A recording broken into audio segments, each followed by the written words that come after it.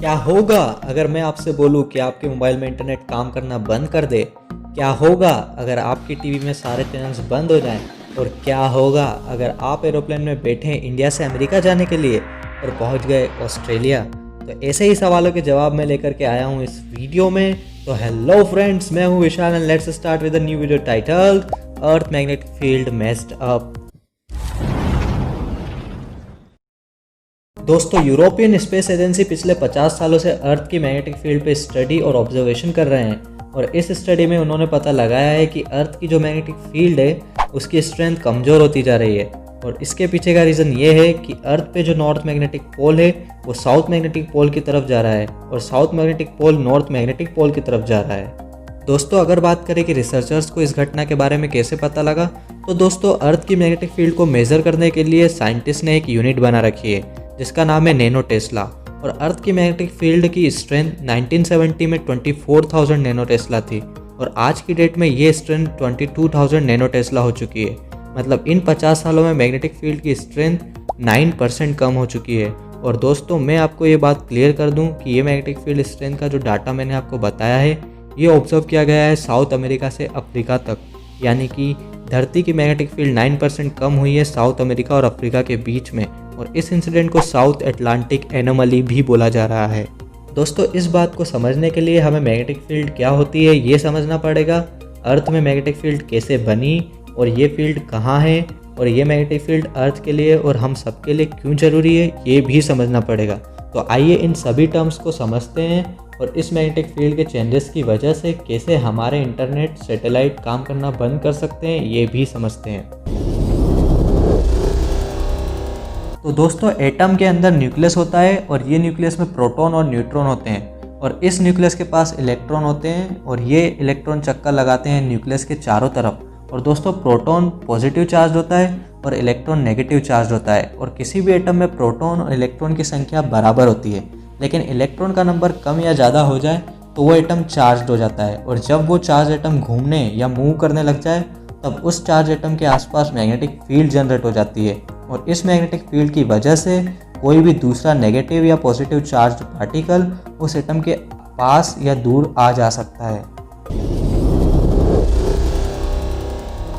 अर्थ 3 part में divided है। सबसे ऊपर है क्रस्ट, जहाँ पर हम हैं, जो कि अर्थ की सबसे ऊपरी सरफेस है। इसके नीचे मेंटल है और यहाँ पर रॉक्स यानी कि चट्टानें मौजूद होती हैं। और अर्थ की सरफेस से 3000 किलोमीटर नीचे है कोर। ये कोर का जो टेम्परेचर है वो ऑलमोस्ट सन के टेम्परेचर के इक्वल है। और कोर के भी 2 पार्ट्स हैं, एक है आउटर कोर और एक है इनर कोर। आउटर कोर पर बहुत ही ज़्यादा अमाउंट में आयरन और निकल मौजूद होता है और जैसा कि मैंने आपको बताया कि आउटर कोर का टेम्परेचर बहुत ज़्यादा होता है तो इस वजह से आयरन लिक्विड स्टेट में होता है। और जैसा कि हम सब जानते हैं कि अर्थ सन के अराउंड रिवॉल्व करती है और साथ ही अपने एक्सिस पे भी घूमती है, तो वाजिब सी बात है कि कोर के अंदर का लिक्विड आयरन भी घूमेगा और जब कोई चार्ज पार्टिकल घूमता है तो मैग्नेटिक फील्ड भी जनरेट होती है। तो इस वजह से हमारी अर्थ भी एक बहुत बड़ी मैग्नेट का काम करती है। अर्थ की मैग्नेटिक फील्ड ह्यूमंस और साथ ही बर्ड्स और एनिमल्स की लाइफ को सेव रखने में बहुत ही बड़ा रोल प्ले करती है। सन से लाइट धरती पर आती है ये तो हमको पता है, लेकिन सन से बहुत सारी कॉस्मिक रेज, सोलर विंड्स भी आती हैं। सिंपली समझे तो ये एक तरह की रेडिएशंस होती हैं और बहुत ही ज़्यादा खतरनाक भी होती हैं। अगर ये हमारे एटमॉस्फेयर में आ जाए तो हमें स्किन कैंसर, स्किन बर्न जैसी डिसीजेस होने के पूरे चांसेस हैं। बेसिकली ये रेडिएशन चार्ज होती हैं और इनके चार्ज होने की वजह से हमारे अर्थ की मैग्नेटिक फील्ड के नॉर्थ पोल और साउथ पोल पे ये रेडिएशन डाइवर्ट हो जाती हैं। और इसका प्रूफ आप स्क्रीन पे देख पा रहे हो कि किस तरह आसमान कलरफुल दिखाई दे रहा है। इस फिनोमेना को ऑरोरा बोरेलिस भी बोला जाता है। तो ये मैग्नेटिक फील्ड हमें रेडिएशन से तो बचाती ही है, साथ ही जो बर्ड्स माइग्रेट करती हैं एक जगह से दूसरी जगह वो भी इस मैग्नेटिक फील्ड की वजह से ही माइग्रेट कर पाती हैं। दोस्तों, जो बर्ड्स का ब्रेन होता है वो मैग्नेटिक फील्ड के अकॉर्डिंग सेट होता है और ये बर्ड्स ट्रेवल कर पाती हैं एक जगह से दूसरी जगह पर।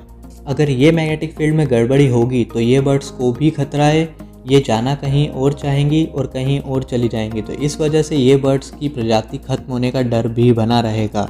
थर्ड पॉइंट ये है कि हमारे स्मार्टफोन्स हैं, टीवी हैं और जितने भी डिपार्टमेंट नेविगेशन की वजह से चलते हैं वो सब भी प्रॉब्लम में आ सकते हैं अगर ये मैग्नेटिक फील्ड रिप्लेस होगा अपनी जगह से। तो आपके मोबाइल में जो गूगल मैप है वो भी नेविगेशन के थ्रू ही काम करता है, जो शिप्स होती हैं वो भी कंपास के थ्रू चलती हैं, तो एरोप्लेन भी नेविगेशन सिस्टम से चलते हैं। और सबसे इम्पोर्टेंट, जो सैटेलाइट रिवॉल्व कर रही है अर्थ के अराउंड, उनके पार्ट्स भी डैमेज हो सकते हैं सन से आने वाले रेडिएशन की वजह से। फ्रेंड्स, अर्थ के मैग्नेटिक पोल्स पिछली बार ऑलमोस्ट 7,80,000 साल पहले स्विच हुए थे, और जब ये मैग्नेटिक पोल्स आपस में स्विच होते हैं तब इन्हें पूरी तरह स्विच होने में 2.5 लाख साल का टाइम लगता है। लेकिन साउथ अटलांटिक एनोमली की वजह से ये शिफ्टिंग बहुत तेज़ हो गई है, और जो नॉर्थ मैग्नेटिक पोल है वो 1 साल में 20 किलोमीटर तक ट्रेवल कर रहा है, और साइंटिस्ट की प्रिडिक्शन के हिसाब से इसकी maximum speed 60 kilometre per year होगी। वहीं बात करें तो 1970 तक नॉर्थ मैग्नेटिक पोल कनाडा में था, और 2020 में ये मैग्नेटिक पोल रशिया के साइबेरिया कंट्री में पहुंच गया है, और आने वाले सालों में ये रशिया की ओर अंदर चला जाएगा। और इस फिनोमेना की वजह से नेविगेशन, सैटेलाइट के वर्किंग प्रोसेस में बहुत ज़्यादा प्रॉब्लम आ सकती है, और साइंटिस्ट इस प्रॉब्लम को फेस करने के लिए कंटिन्यूसली काम कर रहे हैं। इन सभी बातों को सुनने के बाद यही सवाल उठता है कि इस प्रॉब्लम का सॉल्यूशन क्या है। तो दोस्तों, मैं क्लियर कर दूं कि ये फिनोमेना पूरी तरह से नेचुरल है, इसमें कोई भी कुछ नहीं कर सकता है। इसे स्लो डाउन भले ही कर सकते हैं, लेकिन ये फिनोमेना तो होके ही रहेगी, और इस फिनोमेना के अकॉर्डिंग सिर्फ हम अपने सिस्टम को बदल सकते हैं, और इस चीज़ को अप्लाई किया भी जा रहा है। अर्थ मैग्नेटिक मॉडल जो बना हुआ था उसे अब अपडेट किया गया है, और आगे भी उसमें अपडेट होते रहेंगे। हालांकि सैटेलाइट्स को होने वाले नुकसान से इकोनॉमिक लॉस तो झेलना ही पड़ेगा, और साथ ही जो बर्ड्स हैं वो भी अपना रास्ता भटकेंगी, और उनके भी एक्सटिंक्ट होने का खतरा रहेगा। तो दोस्तों, अगर आपको इस वीडियो से कुछ नया सीखने को मिला हो तो लाइक कर दो इस वीडियो को, और ऐसे ही इंटरेस्टिंग साइंस और फैक्ट्स की वीडियो देखने के लिए सब्सक्राइब कर दो। और हाँ, एक राज की बात बता दूं कि सब्सक्राइब करना बिल्कुल फ्री है। तो मिलते हैं नेक्स्ट वीडियो में, तब तक के लिए बी क्यूरियस। जय हिंद।